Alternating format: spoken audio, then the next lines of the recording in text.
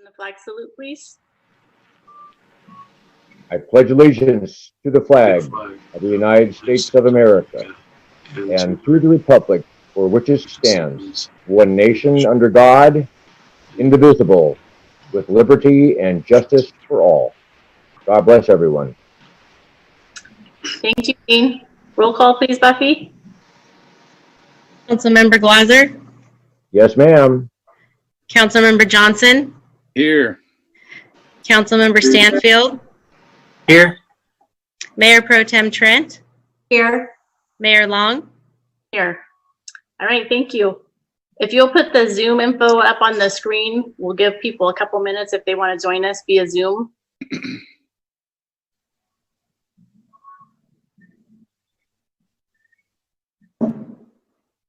So if you would like to join us so that you can make comments later under some of our agenda items, the instructions are on your screen. You log into Zoom and put in your meeting ID and password. And then if you want to make a comment, you can raise your hand and Buffy will let me know that you are ready to say something on whatever item we are talking about.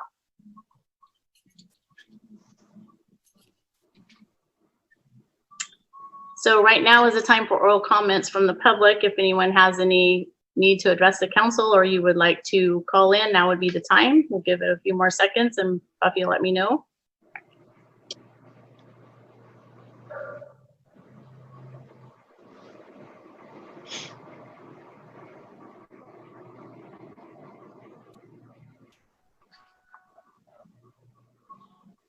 All right, we have no one's calling in to join us, so we will move on to our consent calendar.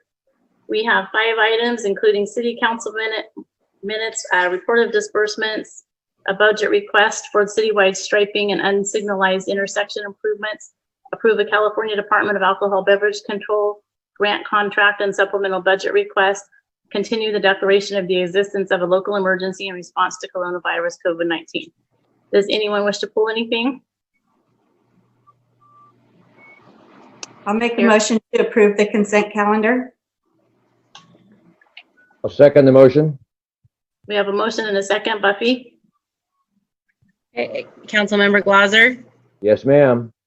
Councilmember Johnson, Yes. Councilmember Stanfield, Yes. Mayor Pro Tem Trent, Yes. Mayor Long. Yes. Thank you. We'll move on to the only item we have on our city council business is to consider reclassification of the full-time police records clerk position and an amendment to the organizational chart. Staff report, please. Yes, I'll be providing the staff report, Mayor Long. Sienna Emmons, our human resources clerk, did put this together, but I also have Casey Day, our chief of police, available to answer any questions, who help work on some of the distribution of the different tasks for the various positions. So the item up for consideration is a consideration of reclassification of the full-time police records clerk position and an amendment to the organizational chart. On June 15th, the City Council adopted the current fiscal year operating budget, and the budget included the elimination of the police office supervisor position effective July 15th, 2020. And that was largely a budget saving measure. And it was also felt that the duties of that position could be absorbed into other positions and that the police department could continue providing the same level of service. As a result of that elimination, some of the responsibilities of that position being assigned, staff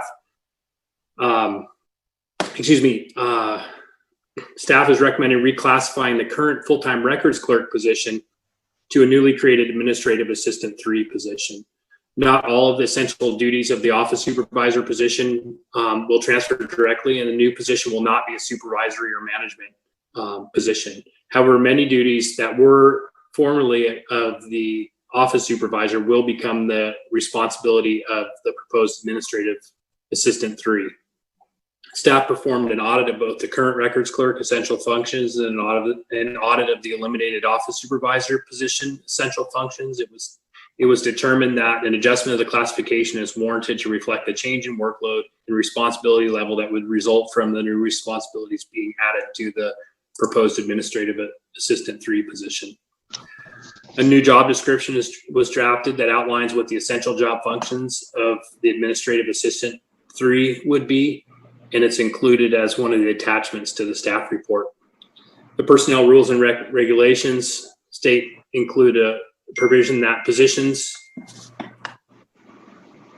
states that the positions, the duties for positions which the duties of which have changed materially so as to necessitate reclassification, whether new or already created, shall be allocated by the personnel officer to a more appropriate class after consultation with any recognized employee organization affected.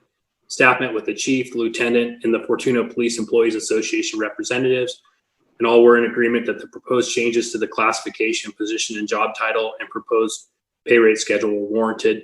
A copy of the job description, revised organizational chart, and pay rate schedule, including the proposed additions, included in the staff report. With regard to the fiscal impact, the current records clerk pay range is included in the staff report and ranged from $34,507 to $41,983. The proposed administrative assistant pay range will start at $39,356 and go to $47,883. The current increase this fiscal year would be approximately $2,500, and at the top of the range for each position, it would be about $6,000. And so that employee would end up seeing a 5% increase from what their current pay is as a result of the reclassification. Our finance director is also on the meeting, and if you have questions about the fiscal impact, he can help you to understand those. So with that, it's staff's recommendation that the council consider the reclassification. Mayor Long, we had someone come in during that presentation. I'm not a member of the public. Okay, let's, does anybody from the council have any questions? All right, seeing none, let's hear from our public.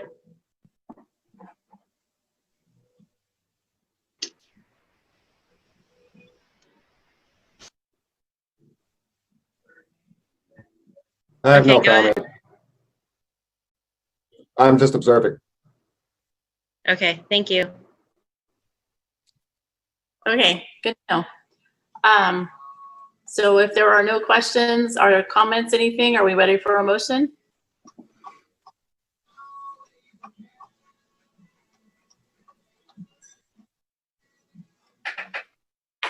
I'll make a motion to approve the reclassification of the full-time records clerk position to a full-time administrative assistant 3 and amend the organizational chart to reflect the change. I'll second that. All right, we have a motion and a second. Buffy? Councilmember Glauser, Yes, ma'am. Councilmember Johnson, Yes. Councilmember Stanfield, Yes. Mayor Pro Tem Trent, Yes. Mayor Long. Yes. Thank you. City Manager's report. Merritt? Thank you. So I'd first like to review the upcoming meeting schedule.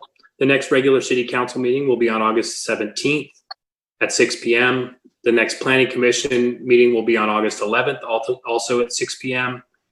And then on Tuesday, September 15th will be our next regularly scheduled Measure E meeting. And on August 5th will be the next Roner Community Recreation and Park District meeting. So that's it for the upcoming meeting dates. I just wanted to provide a few brief updates tonight. One of those, we have received a lot of questions from home and business owners about when is FEMA going to remap the floodplain. As the council knows, we completed a number of flood control projects, and I just wanted, and that we are expecting to have the floodplain remapped and a number of homes and businesses be removed from the floodplain, and therefore the elimination for flood insurance removed. We did submit an application to FEMA to start this process and a fee of $8,000. So we did that on June 25th. FEMA is reviewing our models and our as-built for the survey for all the work that was done. And so typically what FEMA tells us, it's out of our hands. It's a process that FEMA will be undertaking. And they say normally it takes between 6 and 12 months for that floodplain mapping to be redone. There's a public outreach component. My guess is that around December, they'll probably have the draft maps out for public circulation and review. And it's our hope that they'll complete that remapping, and the new flood insurance rate maps will be issued within a year of June 25th when we submitted that. So if anybody's out there with questions, feel free to call our city engineering department, and we'd be happy to give you more detail. We also held a small badge pinning ceremony for our police chief, Casey Day, on July 29th. And it was nice to have that done and have Casey officially on board and to be recognizing that, be able to recognize that with him and his family. Another update, the Jameson Creek Culvert project is underway, and that project is near the intersection of Kenwood and Ronerville Road. And as most of the public probably knows, that road has been closed. It's scheduled to be closed until the middle of September. At this point, we have had a couple of delays, but we're still anticipating completing that project and having the road back in service before the end of September. So it may be extended for a couple of weeks. It's going pretty well. A lot of the in-stream channel work that has to be done before the culvert is placed has been done upstream and downstream. And some of the precast culvert segments are beginning to be placed and they're forming a head wall. So that's moving along. There's no other delays that we expect. And so we're excited to have that project finished and or getting closer towards completion and to be able to open the road back up. And we appreciate the public's patience in having to go around during this whole time. We also have another project that's very close to completion. The contractor working on the Safe Route to School project in front of the South School on Newburgh Road and along Lawndale and some of the other areas around. That's very close. They finished the concrete work. They're expected to do a slurry seal of the parking lot area at the high school and then to do some of the restriping, I believe, next week. So that's been a project that we've been talking about for a long, long time, and it's really nice to get close to completion. And if the council, if you have a moment, drive down Lawndale and take a look, and it's a completely deal to see sidewalks on that street. And so we're really encouraged about the safety that will add when kids can start going back to school and being able to walk to school again. That's going to be a great safety improvement for that area. And I just wanted to let the council know also, I do have a surgery on my knee that's going to be scheduled for 8/14. So I'm going to have limited availability and some impacts to my schedule. I'll be sending out an email. And I'll also, during that time, I'll be asking our finance director to act as the city manager in my absence. So look for an email from me later this week with details about my schedule. So with that, that's all I have for my city manager's report.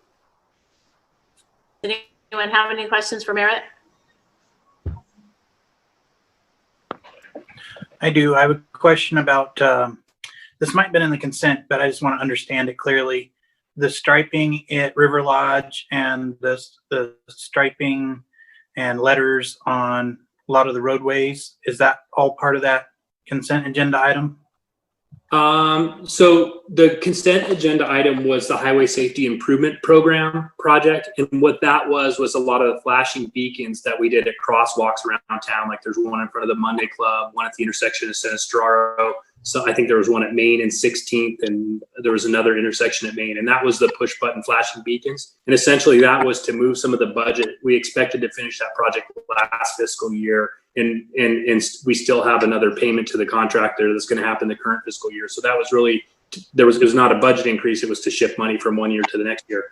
What you may be seeing around town is there's a number of streets that they're preparing for the micro slurry project. And essentially what that is a maintenance course we put over some of our streets. And so in advance of the micro slurry project, our crews are going out, they're fixing areas where there's been some pavement failures. You'll notice a lot of the black stripes, which is actually a crack seal. So they're sealing the cracks so we get the most life we can out of the pavement. And they come back with a mixture of an asphalt slurry and aggregate and sand, and it puts it over the road. And then it just buys us more time and gives that pavement more life. Typically between 5 to maybe 10 years where it doesn't deteriorate so much, so we don't have to do the full reinvestment in a full paving project. So there's a number of streets, including 11th Street in front of City Hall. You can notice that they recently took a lot of striping off, and that's the same with the River Lodge parking lot. I believe they're going to be doing portions of Park Street or the loop that go around there. So that's what's happening there. And I don't have their exact timeline. Brendan's on, but my understanding is I think they're going to be coming back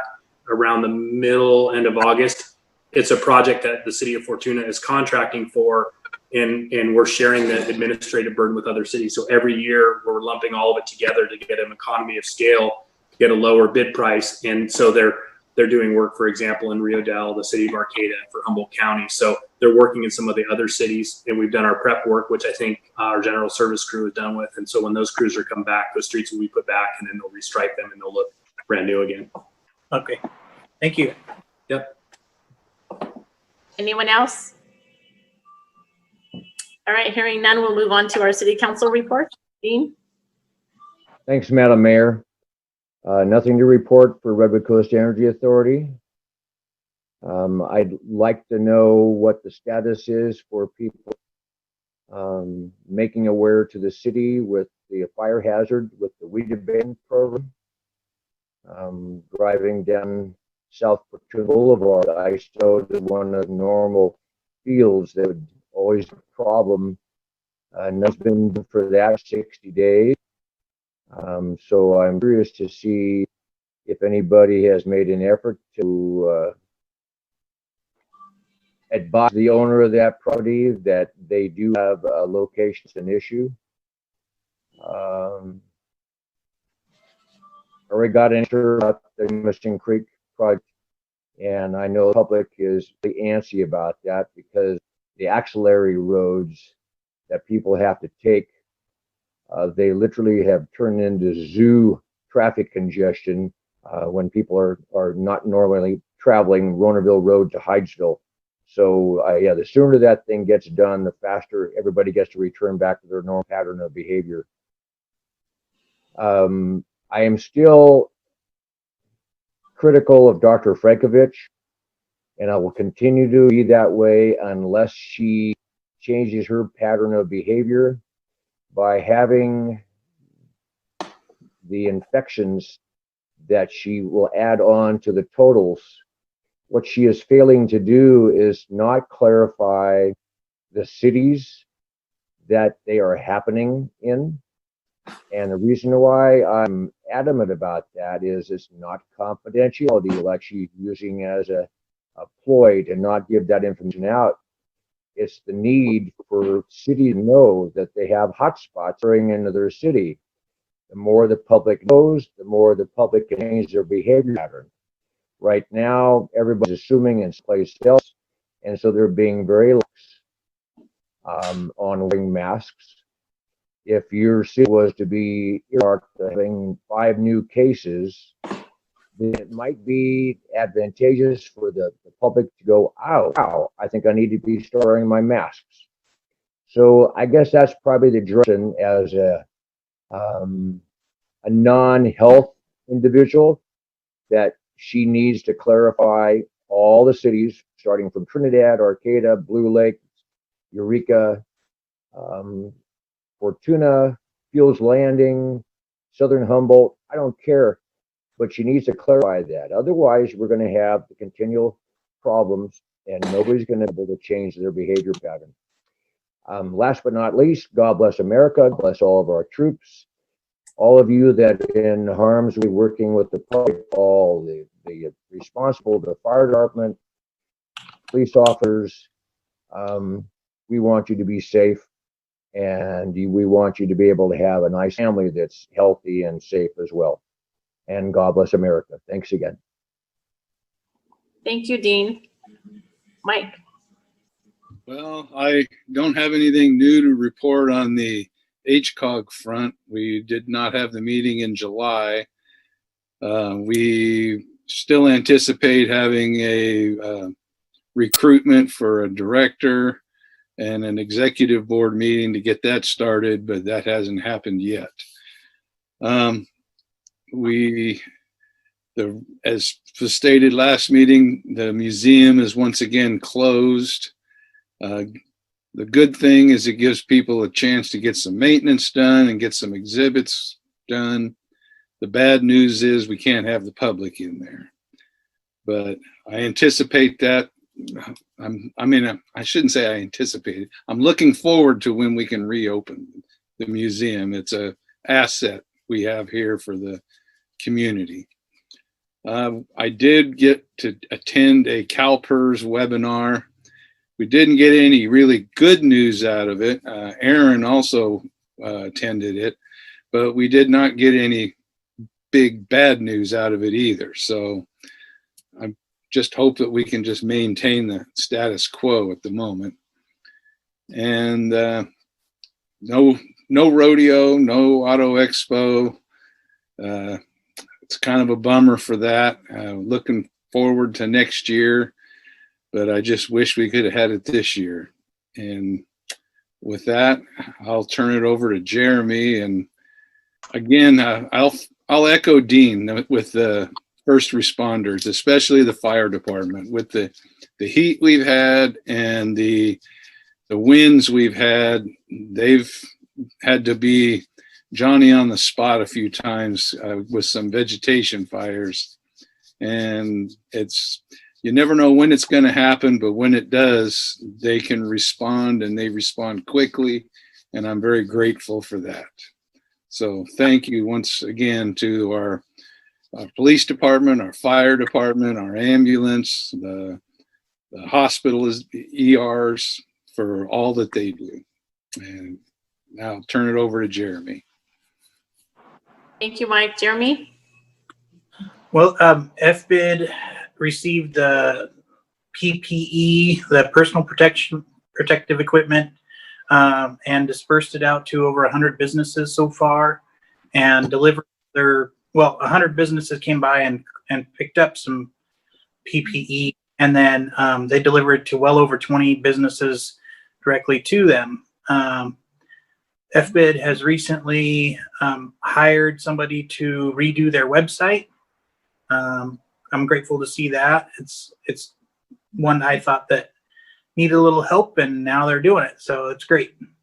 The message I got from Diana, the director, is that they were going to have a meeting regarding the apple harvest and regarding the citywide yard sale 2 days after her email went out to me. So I don't know if those events have been postponed or modified. I'll report back on that next time. And then I haven't had a Parks and Rec committee meeting since we last met. So that's all I have to report. Thank you, Jeremy. Tammy? Okay, it's only 3 months now left until the election, and I think we really need to get moving on it'll be Measure E, the replacement for Measure G.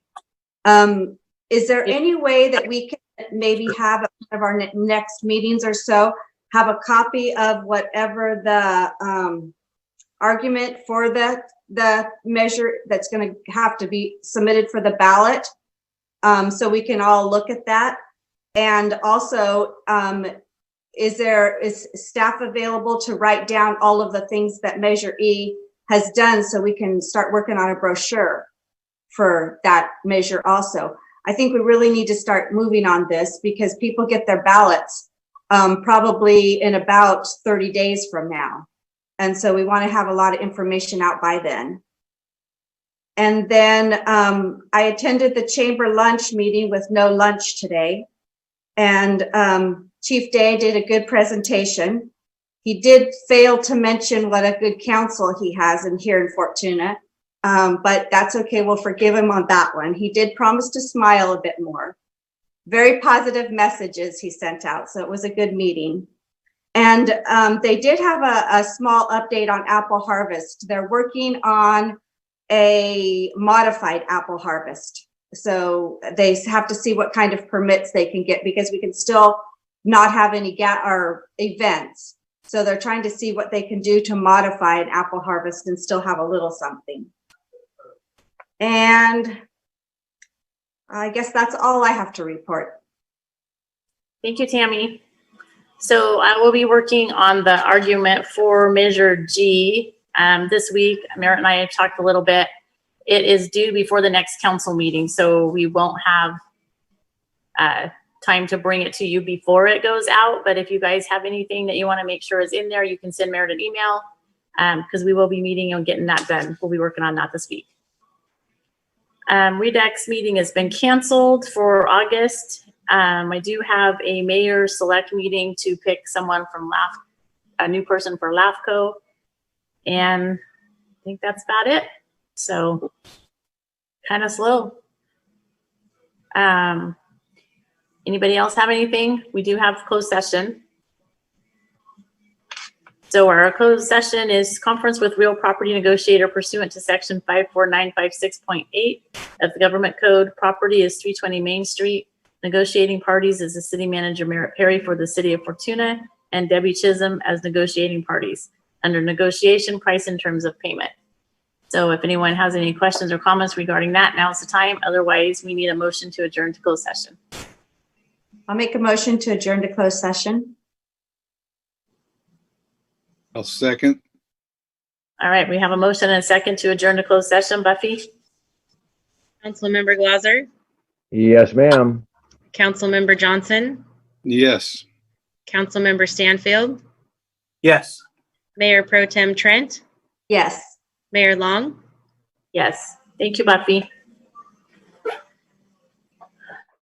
So we'll give everybody a minute to log out and do whatever you need to do. That was a quick meeting, 25 minutes.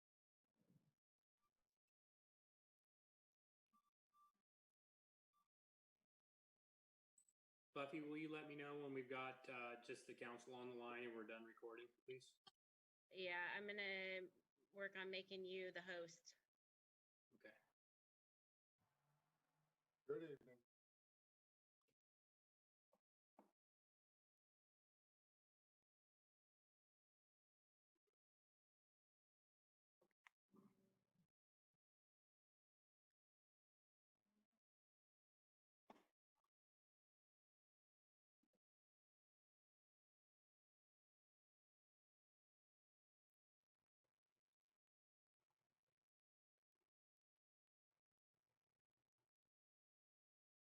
So who do we have left? We just need Casey to log out. Or we can log them out. I think I don't know if I'm in control of this yet. Oh, Kick him out. You should be the host now. Do you have it, Merritt? yeah, I'm not sure how to tell that I'm the host or not. Usually I do it on the computer, but not the Right iPad. by your name, it should tell you you're the host. It does not. Let's see.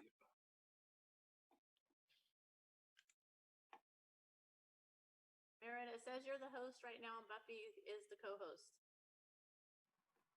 When I look Okay. at Yeah, I'm on the iPad. I usually do it on the computer, so it might be a little bit different. So that's fine. I was just gonna see if I Okay. have the ability to kick people out, but I don't know. So now you should be able to, I should be able to close all of it and you should be able to hold everything, right? I don't want to lose everybody. Yeah, it says host. It says I'm the host. Yes. Okay, so I can close all this down. Yep. All right. Good night, everyone. Thank you. Good night, Buffy. Night.